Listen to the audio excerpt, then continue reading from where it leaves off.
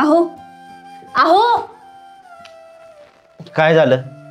काय प्रॉब्लेम आहे तुझा? चला ना, मला थोडी साफसफाई करायला मदत करा. तू काय जरा बिंडोक आहे का ग? अगं नाईट शिफ्ट करून आलोय, आराम करतोय, कळत नाही तुला? नाईट शिफ्ट करून आलोय म्हणजे मी पण कामं करते केव्हाची. काय उपकार करते का? घरातली कामं तूच करायची ना सगळी. हे बघा, उपकाराची भाषा करू नका. एक दिवस मदत मागितली तर एवढं बोलून दाखवताय का? इतर टायमाला मदत करत नाही का? काय करता हो तुम्ही? हा, साधा पाण्याचा ग्लास भरून तरी घेतलाय का कधी? मदत करतो. एखाद्या दिवशी तू ग्लास भरून दिला तर काय उपकार करते का? हो, लग्न त्याच्यासाठी केलं ना मी. सगळं मीच करते, तुम्ही फक्त झोपा. काय डोक्याचा भाग कमी आहे का ग? जरा सतत किरकिर किरकिर किरकिर. तुला घरातली कामं जमत नाही ना? तुझ्या आईला आणून ठेव इथं. माझ्या आईला कशाला? तुमच्या आईला बोलवा ना, ती करेल सगळी कामं. ते जिवंत असते ना, केलं असतं तिने काम. हे बघा, माझे आईबाप काढायचे नाही, समजलं? काढील. काय करशील? माझे आईबाप काढायचे नाहीत. काढील. राहता येत असेल तर राहा, नाही तर निघ. ठीक आहे, मलाही काही इंटरेस्ट नाही अशा माणसासोबत राहण्यात. आणि हा तुमचा जो इगो आहे ना, हा तुमच्या जवळ ठेवा. जाते मी माझ्या माहेरी. निघ. भंगार नाही तर.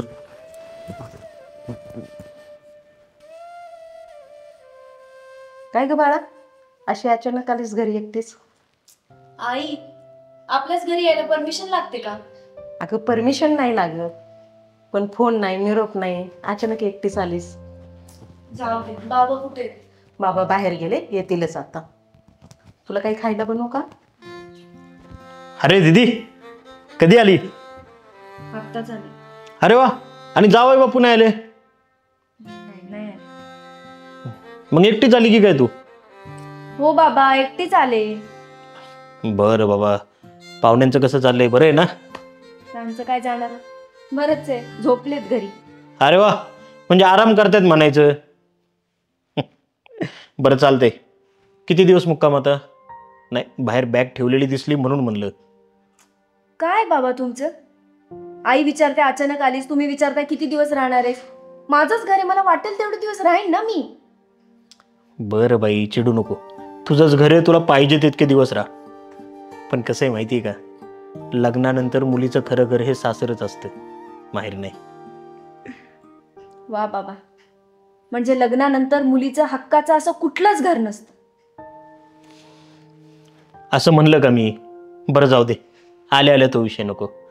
मी काय म्हणतोय, आपण मस्तपैकी ना आता पत्ते खेळत बसू. अहो, पत्ते खेळायची वेळ आहे काही? मग चहाची वेळ झाली, चहा ठेव ना, जा की. हो ठेवते ना, नुसते टोचून बोला मला समोर. तुझी आई म्हणजे ना, प्रत्येक गोष्ट अशीच सांगावी लागते तिला.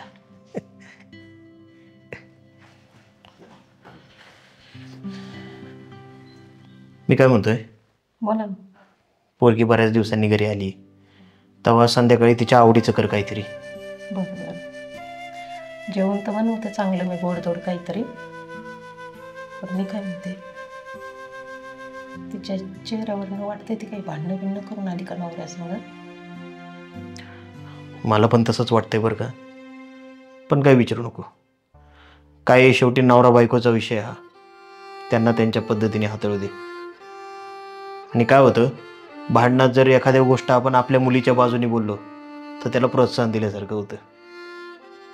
अल्लडीत अजून त्यांना आहे ना, संसार म्हणजे काय असतो ते आपण दाखवून देऊ.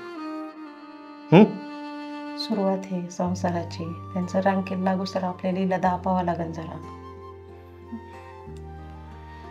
जाऊ द्या, मी काहीतरी दुकानातनं घेऊन येतो गोडधोड, तोपर्यंत तू कर स्वयंपाक.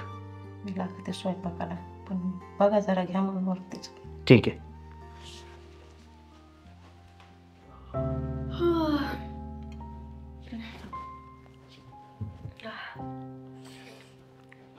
झाली का सकाळ? काय आराम चाललाय तुझा? नाश्ता कधी करणार? करते आता. आई, मला पण नाश्ता दे. हे घे पोहे खा, मी चहा ठेवते तुमच्यासाठी.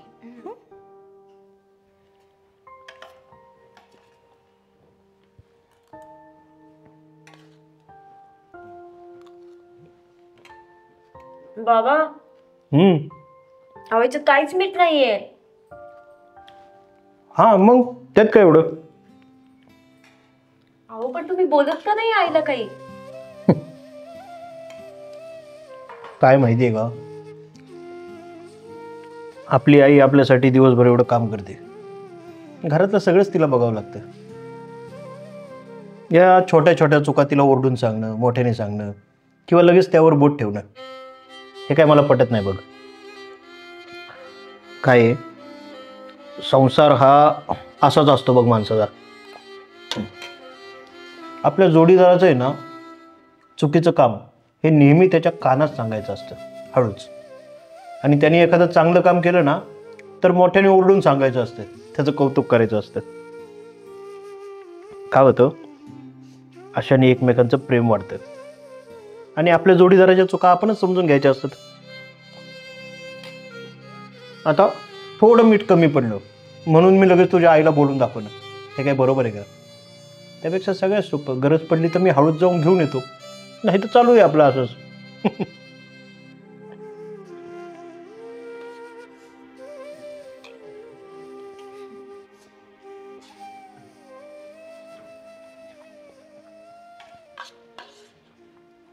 बाबा मी घेऊन येते मीठ.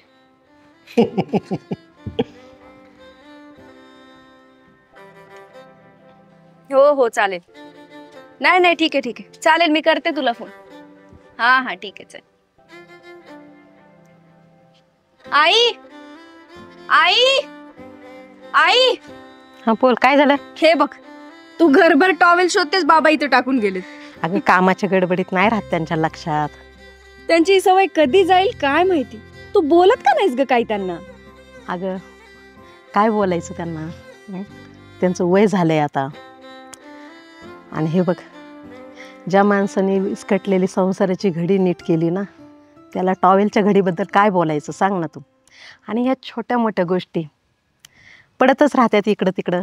मी दिवसभर काय आहे हेच करायला आहे ना घरी. इथं मोजे पडले, इथं टॉवेल पडला, तिकडं कपडे पडले, करत राहते दिवसभर काम. आणि असू दे, तू नको टेन्शन घेऊ.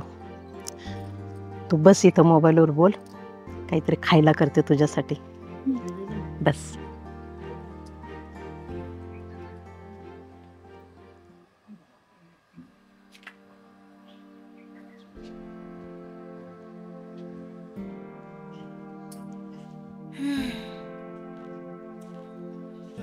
काय म्हणताय मग, मैत्रिणींची भेट झाली का सगळ्या? हा भेटून आले सगळ्यांना. बाबा तर संगीचं लग्न जमलंय. लग्न कशाचं जमले, प्रेमाची भानगडी जमवून घेतलंय.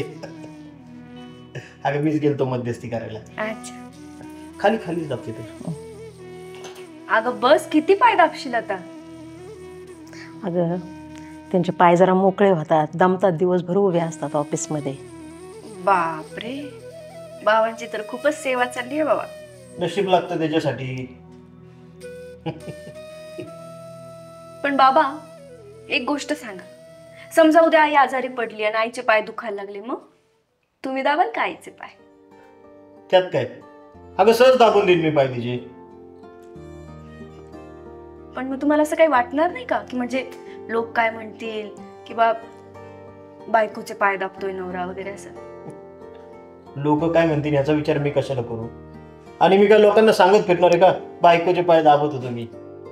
अगं नवरा बायकोच्या गोष्टी आहेत, चार भिंतीच्या आतच राहतात ना.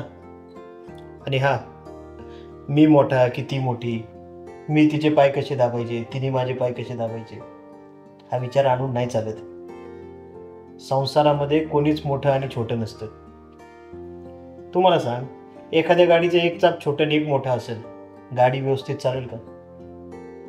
संसाराच्या गाडीचं असंच असतं, छोटं मोठं कोणीच नसतं, दोन्ही सारखेच असतात. प्रश्न काय राहतो माहितीये का? फक्त अहंकाराचा राहतो. आणि अहंकार जर एकदा संसारात शिरला ना, की संसाराचं वाटोळच होतं बघ. आई माझी सेवा करते, उद्या मी तिची सेवा केली ना तरी मी छोटा होत नाही, छोटं मोठं कोणीच नसतं.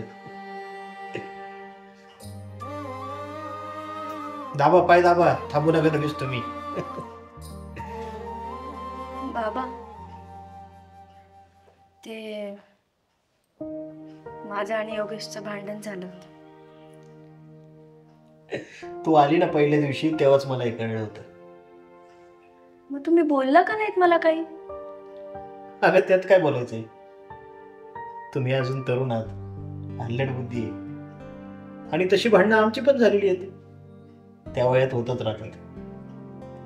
पण ती भांडणं कितपत टोकाला न्यायची हे तुमच्या हातात आहे. तुटल एवढं ताणून जर संसार केला ना तर त्याला अर्थ राहत नाही.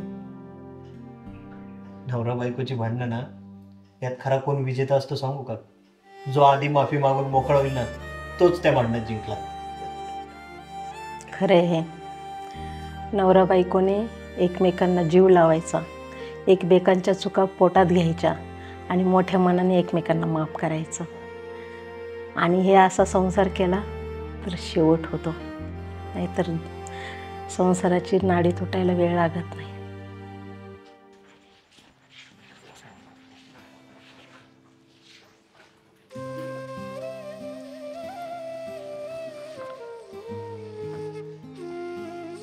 कधी आलीस?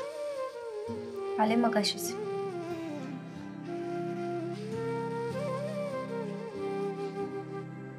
सॉरी.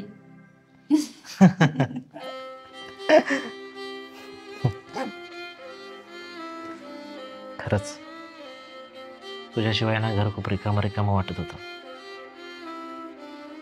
आयुष्यात ना काही गोष्टी सोडून द्यायला हव्यात असं वाटतं बघ. अति करण्यात काहीच अर्थ नाही. काही गोष्टी माझ्या चुकल्या असतील, काही गोष्टी तुझ्या चुकल्या असतील, त्या तिथे सोडून द्यायला हव्यात आहे. एखादी गोष्ट धरून ठेवली ना की ती आपल्या पाठीला चिटकून राहते बघ. आणि अशा गोष्टींना संसार कधीच सुखाचा होणार नाही.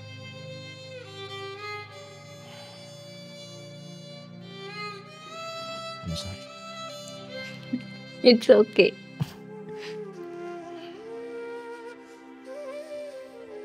माझ्यासाठी खायला काय आणलं नाहीये का? जिलेबी. सासरेबांनी फोन केला होता.